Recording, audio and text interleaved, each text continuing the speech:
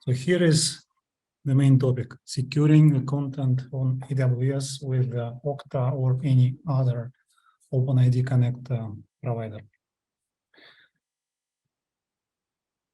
So first of all, why choose GlobalDots? I just put some of the examples of the open source tooling we're using.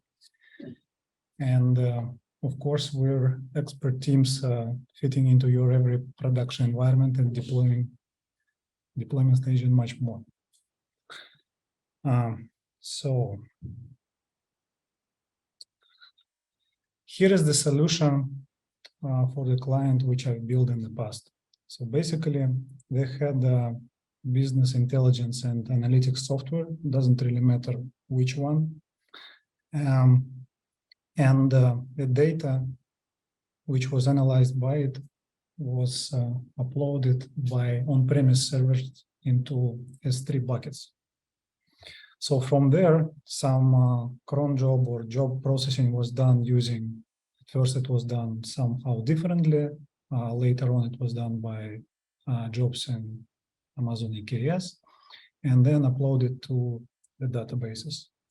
So everything went well. Those on-premise servers, they had some metrics which were passed to them from different sensors. And at some point of time, they started uploading small videos and pictures of certain security events which happened on premise. So the goal became a little different because the users need to be able to see those events and videos, but at the same time, the user experience should be nice, and they should not be required to enter any additional login passwords. So everything should be in one place.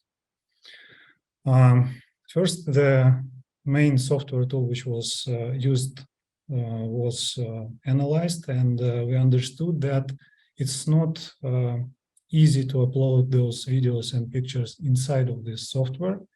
And well, it's not really convenient for everyone.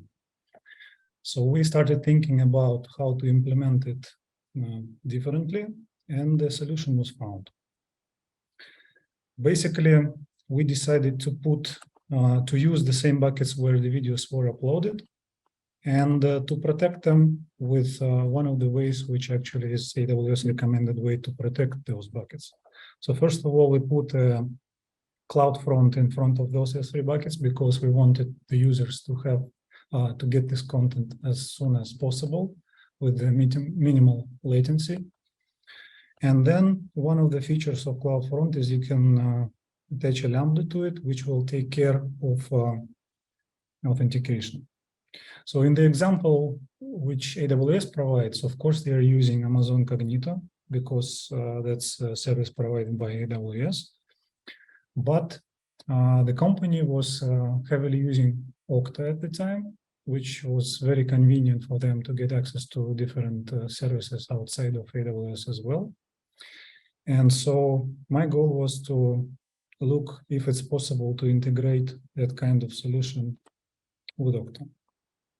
And the solution was found. Basically, one of the open source projects, which was called Cloudfront at the time, was found.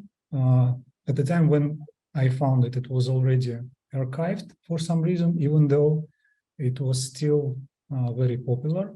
And after reviewing the security part, we found that it's still pretty good. So what I did, I forked it. So in there, I updated some of the modules, I did some minor cosmetic stuff. And that's the new diagram of the solution which we decided to have in the end. So here we have Okta. Also, the software, this business intelligence analytics software, was confirmed to be able to work with OpenID Connect provider. I've configured Okta with minimal efforts. It was pretty easy. And then we started building well, I started building the part of AWS and Okta. First of all, because I try not to do anything at all in the UI. I used Terraform to configure Okta itself. So there is an Okta provider, very popular, well supported, and using that provider, I was able to create different apps. So each group of users, those are different clients of our clients, are grouped like in Okta groups or applications. So the code on the right basically allowed me to create those applications. So for those applications, I created a separate repository because some of the employees of the clients, they wanted to take care of different users, like basically manage the users. But I didn't want them to mess up the other infrastructure related to that solution. So I put all that in a separate repository, so they're able to create only Okta applications. So you can see on the bottom, the Terraform source is blah blah blah modules Okta, and then the ref to a specific tag, which is pretty convenient default way to do it using Terraform. On the right, you see a values YAML file, which is basically edited. It's copy-pasted and then edited by the employees of the client. So they add the login URL, redirect URL, and then they assign the users, and those are basically emails of the users. That's all we need. Unfortunately, a lot of my screenshots had to be edited to remove sensitive contents, but as you see, at least we can see that there are 75 active applications in here, and that's how it looks. So the star is a shortcut in your Okta dashboard, which is created for your application. And then the one with the wheel is actually the application itself. Here is how the application looks like if you drill down into it. So there is a client ID in here and the client secret. That's basically two things we need to copy from here into the other module, which will take care of all this S3, Cloudfront, Lambda stuff. So we decided to do it manually, even though it's possible to automate it, because we wanted like every part of this solution to be controlled by specific people. And this part was controlled not by those ones who are actually using Terraform. So they were just copying and pasting those client ID secrets like manually. But of course, it's easily automated. And here is the module which I created to basically deploy all that stuff. There is a bunch of Terraform files in there, as well as the index.html, which is uploaded to S3 in the root, some license files, and the module itself for the Lambda, the Lambda itself is written in Node.js. All right, so here is basically how this module looks like. So the most important part here is the CloudFront, which is referring to the Lambda closer to the bottom of the code. Everything is pretty simple if you work with previously. And then on the right, we see the Lambda, which is getting that zip file, which is packed by the build process. In the end, you can see that the runtime is Node.js 12, which at the time was okay. And what I don't like about is that on the line 8, there is resources with too many stars in there, like never do it in production. Okay. So here is a little bit more code from the module itself. So here is how it builds those files. And then on the right, on the bottom, you can see how it packs all the variables. You can see like authn and private key and public key and all kinds of stuff. All right, so The most interesting part was to work with the Node.js code, which is responsible for working with Okta. Even though the module supported working with Okta in the very beginning, because it was archived, there is some stuff which changed in the API, so I had to adjust it. But as you can see on the line 21, there is a lot of different providers which are supported, so you can easily switch it to something different which is on the list.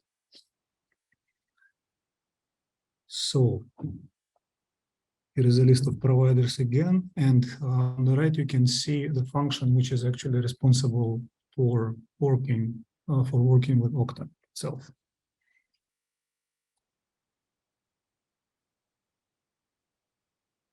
As long as you read the documentation of Okta pretty attentively and match the fields with whatever needs to be matched, it's not that hard.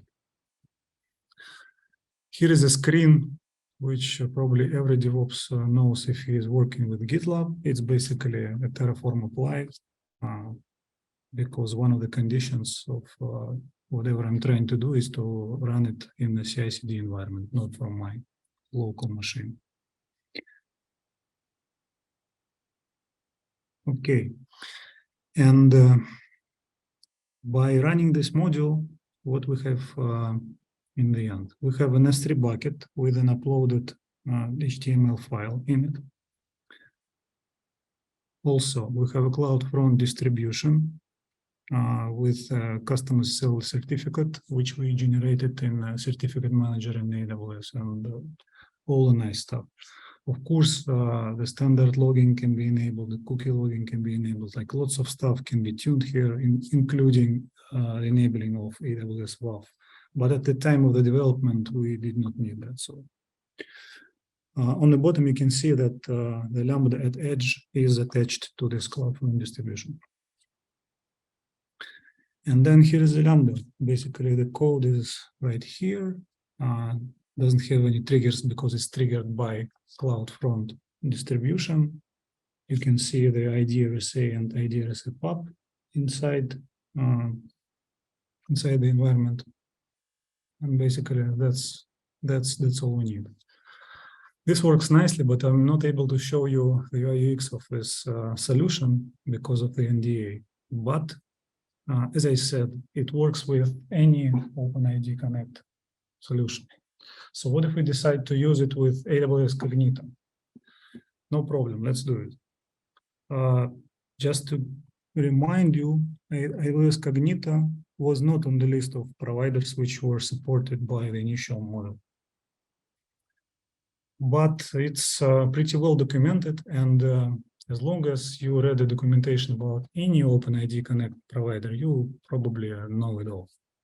So the newer function was developed by me for Cognito specifically. It was tested, and I think I spent like a day doing it, not more. So it was pretty easy. Of course, after every development cycle, I try to pass my code through things like checkoff and some kind of statistical analyzers, because this piece of software is responsible for user authentication, and that's a critical part of infrastructure. So I highly recommend to do that as well. So here we have UI of Cognito. We have a user pool where I added only my user just for the testing and to show you that it works. We have different applications on the bottom, which are called Cognito Cloudfront Test 1, 2, and 3. And those are basically also the names of the S3 buckets which I created. Of course, they have like a domain ending on the end, but I removed them from here. Also, what I did to test the solution is that in the first bucket, I've uploaded a simple HTML file, which is basically showing you three different video players. The first one is playing the video which is local to the bucket. That's why on the line 16, you can see that the source is, it doesn't have any link. Then the other two buckets are actually playing the videos which are inside them. So you can see that the source is actually linked to a different bucket.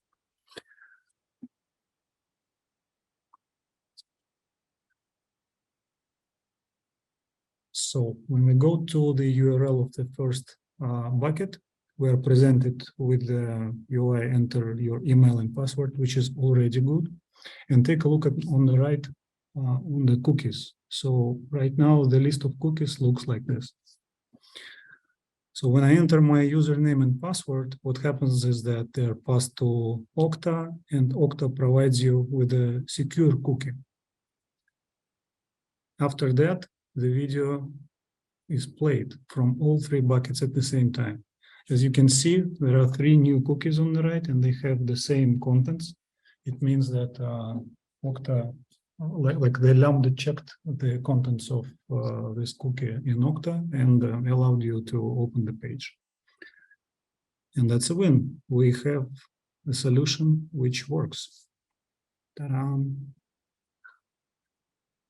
And that is basically it.